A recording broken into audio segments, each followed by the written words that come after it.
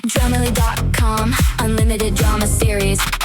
The ring box felt like it weighed 50 pounds in my sweaty palm as I dropped to one knee on the rooftop of the Meridian Hotel.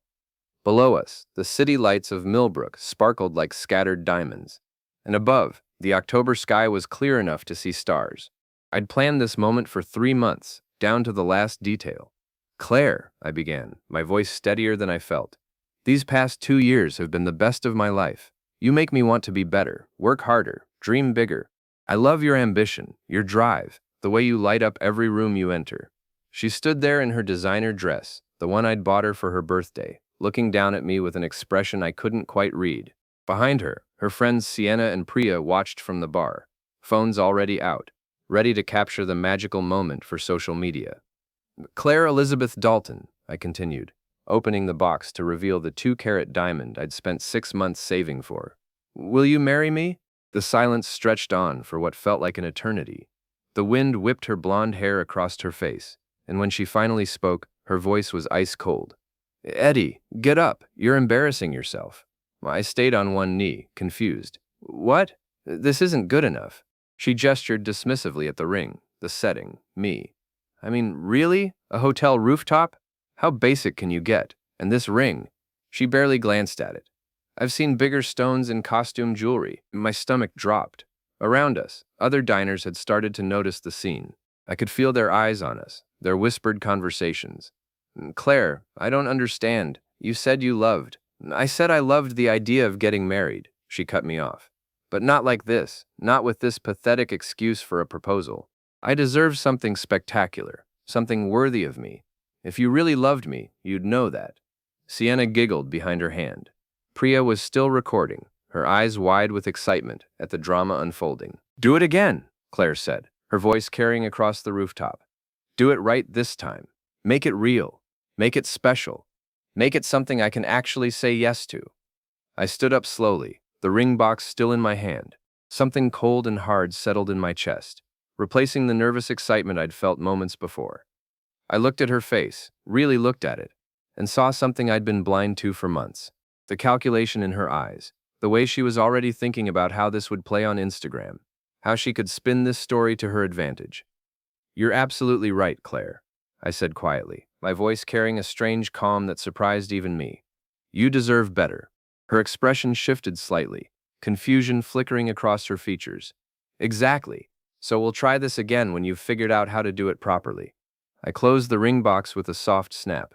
"No, I mean you deserve better than me. That's why I'm setting you free." The color drained from her face. "What are you talking about?" "Eddie, don't be dramatic." "I'm not being dramatic. I'm being honest. You want something spectacular? You want something worthy of you?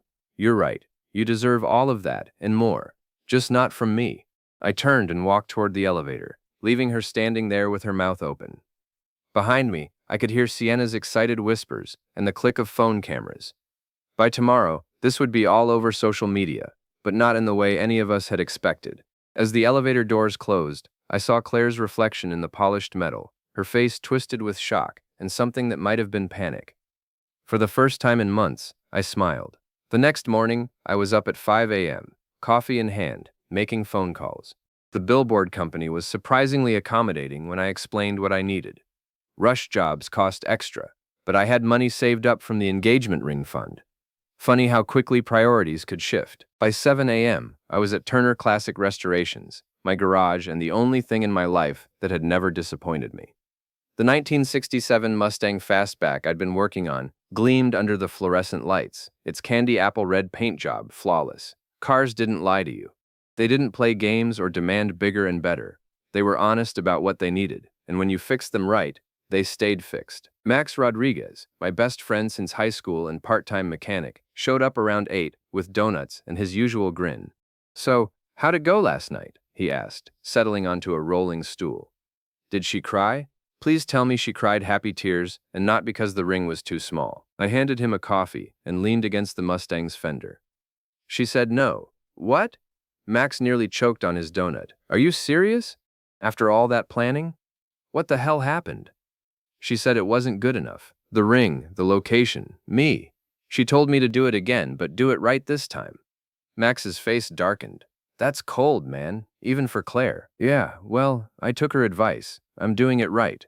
Before he could ask what I meant, my phone buzzed with a text from the billboard company. The photo was perfect, a massive 40-foot display visible from the highway that 50,000 commuters used every day. Check this out, I said, showing Max the picture. His eyes widened as he read the message. Claire, you're absolutely right. You deserve better. That's why I'm setting you free. Engagement canceled. Nest, Eddie. Holy shit, dude. You actually did it. Rush job. It'll be up by 9 a.m., right in time for morning traffic. Claire drives that route to work every day. Max started laughing, a deep belly laugh that echoed through the garage. Man, she's going to lose her mind. Her whole image is built on being the perfect girlfriend, the envy of all her friends. Not anymore. My phone started ringing around 9:30. Claire's ringtone, Material Girl by Madonna, which I'd thought was cute when we first started dating. Now it seemed prophetic. I let it go to voicemail. Then I let the next 5 calls go to voicemail too. By 10 a.m., my phone was blowing up with texts from numbers I didn't recognize. Screenshots of the billboard were already making rounds on social media. Someone had posted it in the Millbrook Community Facebook group with the caption, Yikes. Anyone know these people? The comments were brutal. OMG, I know her. She works at Technova, always bragging about her boyfriend. Plot twist of the year. This is what happens when you're too picky. I feel bad for both of them, but also, this is hilarious. Around noon, Max and I were under the hood of a 1969 Camaro when we heard heels clicking rapidly across the concrete floor. I didn't need to look up to know who it was. Eddie, what the hell is wrong with you? I straightened up slowly, wiping my hands on a rag. Claire stood in the doorway of my garage, still in her work clothes, her face flushed with anger and embarrassment. Her perfect makeup was smudged, and her usually immaculate hair was disheveled. Hey, Claire, shouldn't you be at work? Don't you dare act casual with me. Do you have any idea what you've done? That billboard, everyone's seen it. My coworkers, my boss, my parents, my mother called me crying. I told you the truth. You said you deserved better, and I agreed. That's not what I meant, and you know it. Max cleared his throat. I'm gonna grab lunch, he said, making a quick exit. Claire waited until he was gone, then stepped closer, her voice dropping to a hiss. You're trying to humiliate me. I'm trying to give you what you asked for. Freedom to find someone who can give you the spectacular proposal you deserve. This is insane. People are laughing at me, Eddie. At us. No, I said quietly. They're laughing at the situation. There's a difference. She stared at me for a long moment, and I could see the wheels turning in her head. Claire was many things, but stupid wasn't one of them. She was calculating, trying to figure out how to spin this back in her favor. Okay, she said finally, her voice softening. You're hurt. I get that. Maybe I was too harsh last night. We can work through this. Take down the billboard, and we'll figure out how to fix this mess together. There's nothing to fix. We're done, Claire. You don't mean that. I've never meant anything more in my life. Her mask slipped then, revealing the cold fury underneath. You think you can just throw me away? After everything I've done for you? I made you better, Eddie. I pushed you to improve yourself, to want more. You made me feel like nothing I did was ever enough. Because it wasn't. You were content to stay small, running this little garage, living in that tiny apartment. I had bigger plans for us. You had bigger plans for yourself. I was just supposed to fund them. She opened her mouth to argue, then seemed to realize she was only making things worse. Her expression shifted again, tears welling up in her eyes. Please, Eddie, I love you. I know I handled things badly last night, but we can fix this. I'll say yes to the proposal. We'll tell everyone it was all a misunderstanding, some kind of romantic gesture gone wrong. For a moment,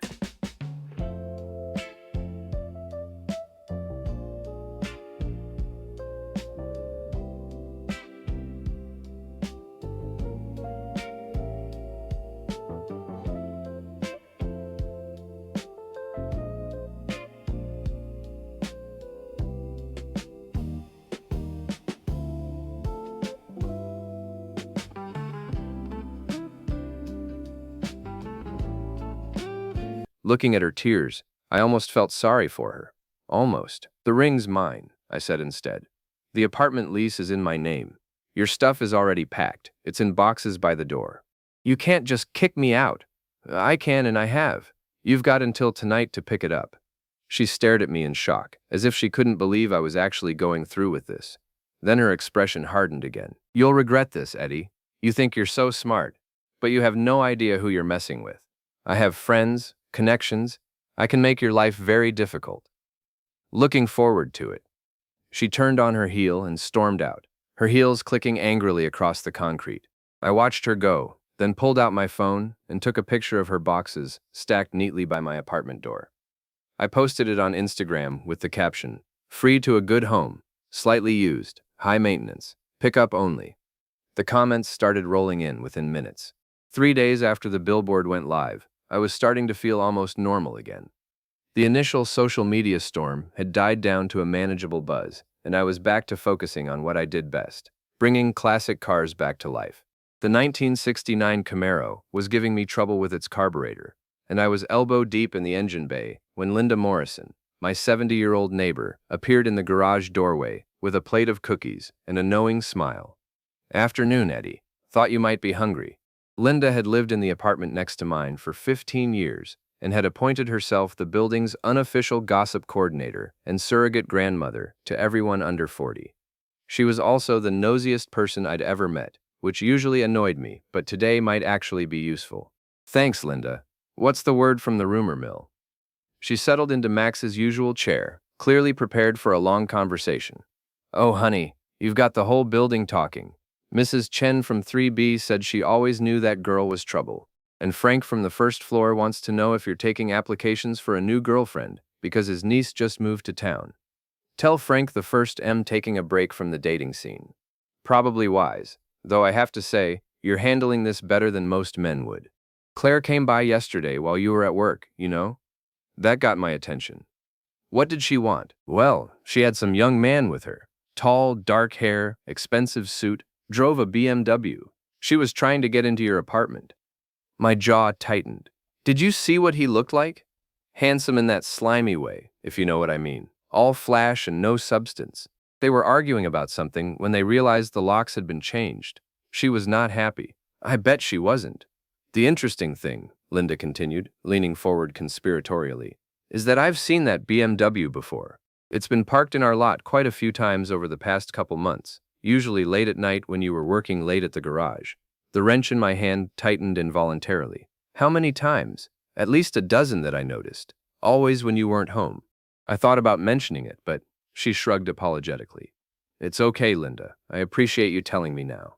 After she left, I sat in the garage for a long time, staring at nothing and thinking about BMW guy.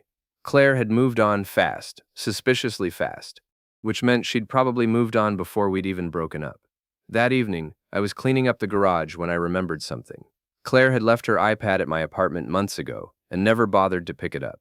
She'd been so focused on getting her clothes and jewelry that she'd forgotten about it entirely. The iPad was still sitting on my kitchen counter, and when I opened it, I realized she'd never logged out of her messaging apps. I knew I should probably just delete everything and give it back to her, but curiosity got the better of me. What I found made my blood run cold. Months of messages between Claire and someone named Blake Jordan. Messages that started professional, he was apparently some kind of venture capitalist, but quickly became personal, then intimate, then downright crude. The most recent conversation was from 2 days ago. Blake: "Saw the billboard. Hilarious. You're better off without the grease monkey." Claire: "It's humiliating. Everyone's talking about it." My boss asked if I was emotionally stable enough to handle the Morrison account. Blake: "Let them talk. In 6 months, you'll be Mrs. Blake Jordan, and Eddie Turner will still be fixing cars in his pathetic little garage." Claire: "We need to be more careful. He's not as stupid as I thought." Blake: "Please, what's he going to do? Post more billboards? The guy's a loser, always has been, always will be. He has photos of us from the restaurant. Someone sent them to him. So what? We're both single adults. Well, you are now." "This isn't funny, Blake. If this gets back to my parents or my job, relax. I'll handle everything, trust me." I scrolled back through months of messages, each one a knife twist in my gut. They'd been planning this for a while, talking about my proposal like it was some kind of joke. Claire had been feeding Blake information about my work schedule, my plans, even my financial situation. But the worst part was a conversation from 3 weeks ago. Claire: "He's getting suspicious. Asking too many questions about where I go at night. Maybe it's time to end this charade." You could do so much better than a mechanic. Not yet. I need to play this right. If I break up with him, I look like the bad guy. But if I can get him to propose and then turn him down publicly, that's different. That makes me the victim of his inadequacy. You're evil. I love it. Uh-huh. Claire, the proposal is next week. I'll make sure it's public, get it on social media. Then I'll reject him as gently as possible. Make it clear that he just wasn't enough. By the time I'm with you officially, everyone will understand why I had to move on. And if he doesn't take the hint, then we'll have to be more direct. I'm not spending the rest of my life pretending to be happy with someone so ordinary. I set the iPad down with shaking hands. The whole thing had been a setup. The proposal, the rejection, all of it. She'd planned to Your intern filed this, then withdrew it. What did you promise her? It was consensual. She's 23 years old! Watch more on Grammarly.com. humiliate me from the beginning, to make me look like the inadequate boyfriend who couldn't satisfy her needs. But I'd turned the tables on her, and now she was scrambling to regain control of the narrative. My phone rang. Max, hey man, you need to see something. Check the Millbrook Gossip Instagram page. I pulled up the account and immediately saw what he was talking about. Someone had posted a video of Claire and BMW guy, Blake, at Russo's, an upscale Italian restaurant downtown. They were holding hands across the table, and he was feeding her dessert. The caption read, "Looks like someone moved on fast. This was taken last night. Thoughts?" The comments were already brutal. Wow, that didn't take long. Was she cheating the whole time? Poor Eddie dodged a bullet with this one. She looks way too comfortable with this guy for it to be new. I screenshotted the post and the comments, then opened up my own Instagram account.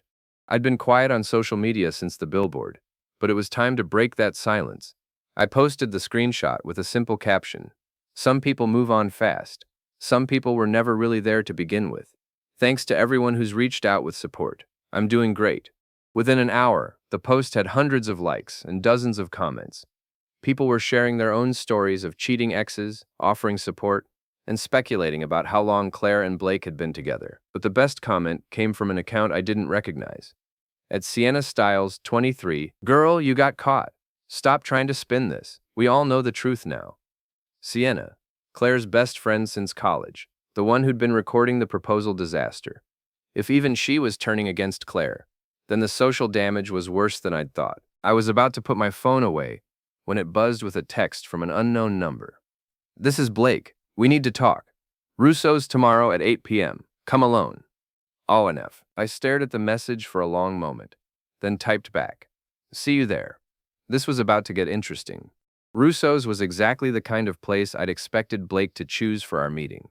All exposed brick and dim lighting, with a wine list that cost more than most people's car payments. I arrived 10 minutes early and chose a table near the back where we could talk without being overheard. Blake Jordan looked exactly like Linda had described him. Tall, dark-haired, wearing a suit that probably cost more than I made in a month. He had the kind of smooth confidence that came from never having to worry about money or consequences. The kind of guy who'd never had grease under his fingernails or worked a day of honest labor in his life. He slid into the seat across from me without offering to shake hands, which was fine by me. "Eddie Turner," he said, like he was trying out the name. "I have to admit, you're not what I expected." "And what did you expect? Someone more, I don't know, broken, angry?" Claire painted a pretty pathetic picture. The waiter approached, and Blake ordered a bottle of wine that cost more than my monthly electric bill. I stuck with coffee. "So," Blake continued once we were alone again, "I think we have a problem. Do we? This social media thing you've got going. The billboard, the Instagram posts. It's getting out of hand." I leaned back in my chair, studying his face. "How so?" "It's affecting Claire's reputation, her career. That's not fair to her. Neither was cheating on me for months, but here we are." Blake's smile never wavered, but something cold flickered in his eyes. "I think you're misunderstanding the situation. Claire and I didn't start seeing each other until after you two broke up." "That's interesting, because I have text messages that say otherwise." Oh, for the first time, his composure cracked slightly. "What text messages?" I pulled out my phone and showed him a screenshot from Claire's iPad. His face went pale as he read his own words back to himself. "Where did you get these?" Claire left her iPad at my place. She never logged out of her messaging apps. Sloppy, really. Blake was quiet for a long moment, clearly trying to figure out how much damage control he needed to do. The waiter brought his wine, and he poured himself a generous glass. "Okay," he said finally. "Maybe the timeline isn't as clear-cut as I initially suggested, but that doesn't change the fact that you're being vindictive. Claire made a mistake, but she doesn't deserve to have her life destroyed over it. I'm not destroying her life, I'm just telling the truth. The truth according to you. But there are always two sides to every story. Actually, in this case, there are three sides. Your side, my side, and the truth. And I have screenshots of the truth." Blake's jaw tightened. "What do you want?" "I don't want anything from you. I want you both to leave me alone so I can move on with my life." "That's it? That's it?" He studied me for a moment, clearly not believing it could be that simple. "You're not going to post more of those messages?" "I might. Depends on whether you and Claire keep trying to make my life difficult. And if we don't, then I'll probably just forget you exist and focus on my business." Blake nodded slowly, like he was considering his options. Then he leaned forward, his voice dropping to a whisper. "Let me explain something to you, Eddie. I'm not some mechanic from the wrong side of town. I have resources, connections. If you keep pushing this, if you keep trying to embarrass Claire, I can make your life very unpleasant. Building inspections, tax audits, health department visits to your little garage. You'd be amazed how many regulations a small business can violate without even knowing it." Oh, the threat hung in the air between us like smoke. For a moment I felt a familiar flutter of anxiety in my chest. The same feeling I'd had countless times with Claire when she'd made it clear that I wasn't measuring up to her standards. Then I remembered the billboard, the Instagram post, the way it had felt to finally fight back. The anxiety transformed into something harder, colder. "That's an interesting strategy," I said quietly. "Threatening me in a public restaurant where there are probably a dozen security cameras recording our conversation." Blake's eyes flicked nervously around the room. "But here's the thing, Blake. I'm not some scared kid you can intimidate. I've been running my business for 8 years. My books are clean, my permits are current, and my customers love me. But more importantly, I have nothing left to lose. You and Claire already took my relationship, my trust, my peace of mind. What else are you going to take?" I leaned forward, matching his whisper.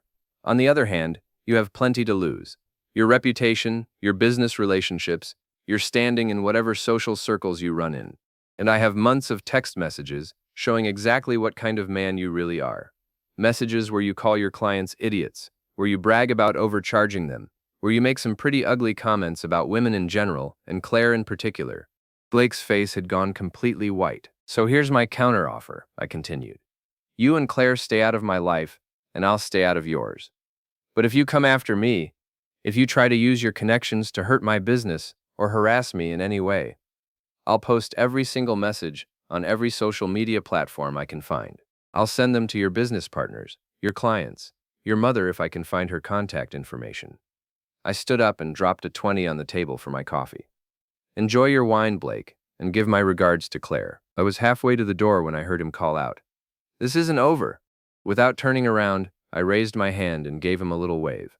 Outside, my hands were shaking with adrenaline. I'd never confronted anyone like that before, never made threats or stood up for myself so directly. It felt terrifying and exhilarating at the same time. My phone buzzed with a text from Max. "How'd it go?" "Better than expected. Meet me at Murphy's. I'll buy the first round." Murphy's Pub was the kind of dive bar where mechanics and construction workers went to drink cheap beer and complain about their day. It was the opposite of Russo's in every way that mattered, and I felt my shoulders relax the moment I walked through the door. Max was already there, shooting pool with a couple of guys from the tire shop down the street.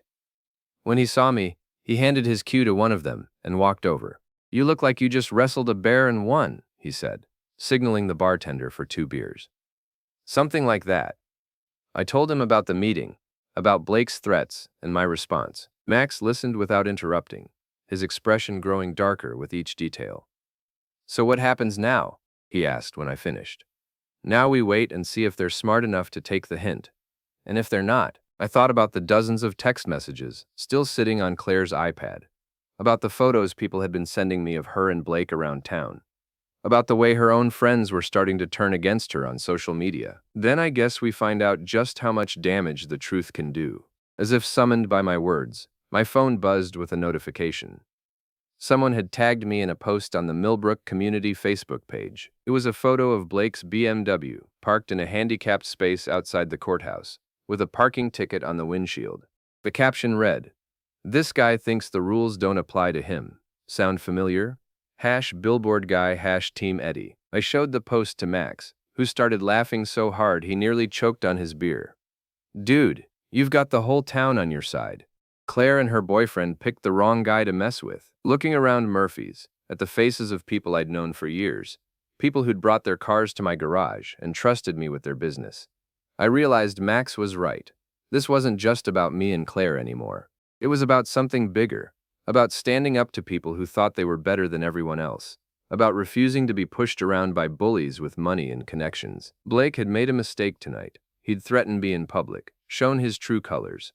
And now I had a room full of witnesses who'd be happy to testify to exactly what kind of man he really was. My phone buzzed again.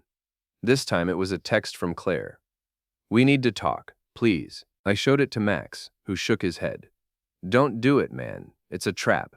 But I was already typing my response. "Tomorrow, my garage, noon, come alone." If Claire wanted to talk, we'd talk.